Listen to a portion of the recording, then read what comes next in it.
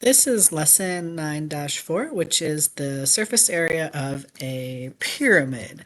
And so a pyramid is a different kind of prism that, as you can see over here in the animation, is it's three-dimensional and it has one polygonal base and then triangular sides that meet at a point. So in this particular example, the base is a square or a rectangle, but polygon means just any shape that has more than one side, basically. Poly meaning many.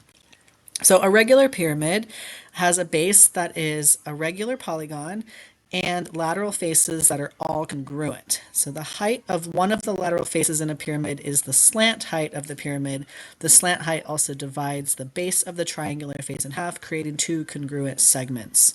So in other words, it's the height of the triangle, and they represent that usually with that dashed line. A square pyramid is a pyramid with a square base and four triangular faces. And then a triangular pyramid is a pyramid with a triangular base and three triangular faces. So whatever the base is, however many sides that is going to be how many triangular faces it has. So if it's a square, it has four sides, then it's going to have four triangles. If it's a triangle, that has three sides, so it's going to have three more triangles. So, compare and contrast pyramids and prisms. They're not that different. They're just the bases are different. All right, example one, make a net to represent a square pyramid. So we're going to first work with square pyramids, which means our base is going to be a square, and therefore we will have four triangular faces that meet at a point. So here's our pyramid. And eventually, there we go. Okay, so what are the dimensions of the base? So we've got our base is a square here, and it's 4 by 4. So then, oh my gosh, I have to click one. So there it is. There's our base. It's 4 by 4. They did 4 little units for each one. Then, what are the dimensions of the lateral faces? So we've got 4 centimeters along the base, and then the height is 7.23 centimeters. Okay. And then we can put all 4 of those here. They're all exactly the same. They just go in different directions so that they can attach with the base. So that's those. And then that's our net. So there we go. These nets I find are much easier to create than the ones that you've been doing with the prisms. So explain why the slant heights of the triangles are equal. Well, that's because all of the triangles are congruent. So go ahead and try this out yourself, and we will move on to example 2. Make a net to represent a triangular pyramid. So now we're going to make a net for this other kind of pyramid. They look a little different here. So here's our pyramid. It's got a triangular base and then 3 triangular faces that go around it and meet at a point. So in this instance here, it's a little harder to see with these because we're dealing with several triangles. But our base length is 9 meters, and then the height we're looking for here is 7.8. Okay.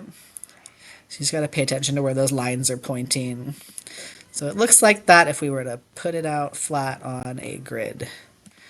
So then our lateral faces here also have base lengths of 9, and they also have the heights of 7.8.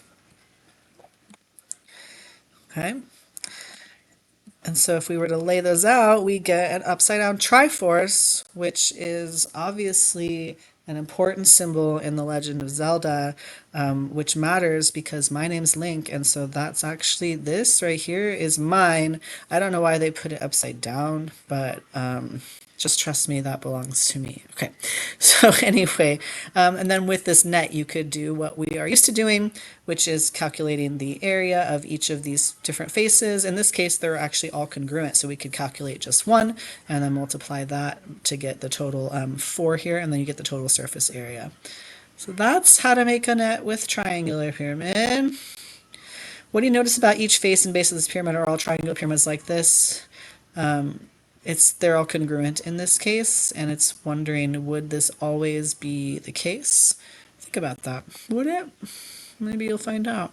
Do the check, and then we're going to talk about just the surface area piece, which you already know how to do because it's really basically the same as any other surface area of 3D, three-dimensional shapes that we've been doing.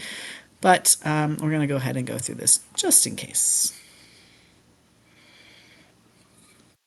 The surface area of a three-dimensional figure is the sum of the areas of the faces. To find the surface area of this pyramid, find the sum of the area of the base and the areas of the lateral faces. You can use a net to find the surface area of the pyramid.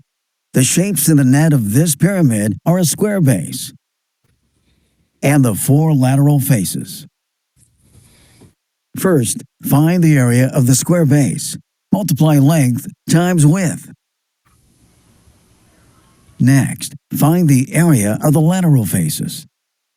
The base is a square, so the area of each triangular face will be the same.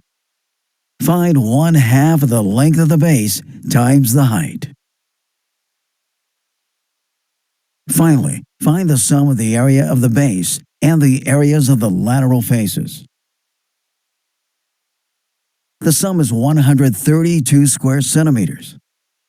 So, the surface area of the pyramid is 132 square centimeters. All right, so it's the same. You just find the area of each of the faces and add them together. Not too difficult. Example 3 is going to walk you through that in a different format, so not a video, but just as an example here. They provide the net for you, so this is a square pyramid. It's got a square on the bottom, and then it's got its 4 triangles around. And we can find the surface area of this. Y'all could probably do it faster than this thing loads. All right, select each button, blah, blah, blah. Okay, so step 1.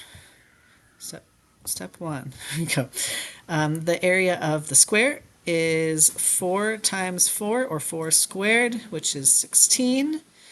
And then step 2, find the area of one of the triangles here. So it's half times base times height, or half times 4 times 7.23.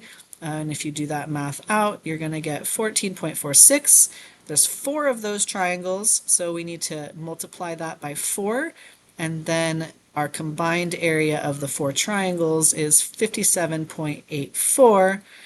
And then step 3 would be to add the square plus the 4 triangles to get the total surface area. It's exactly the same as surface area of the prisms that we've been doing. All right, do this check, and there's one more for triangular pyramids. Okay, surface area of a triangular pyramid. Last example. It's exactly the same as you might guess. You can fold it out into a net if you like, or you can just count how many faces there are and like make sure you do area for each one of those. Here's what the net looks like.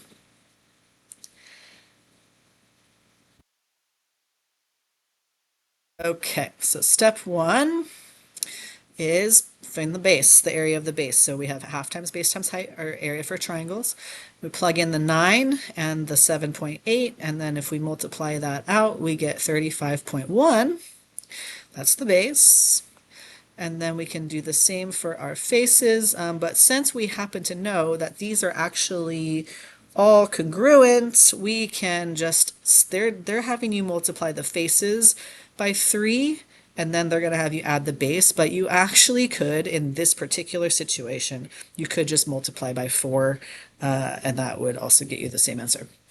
So they like to break it down into smaller steps for you, but so here's our base, and this is our 3 triangular faces, and that's going to equal your total surface area, which brings us to the final check. And that's it. That's like literally that's the last lesson of the module.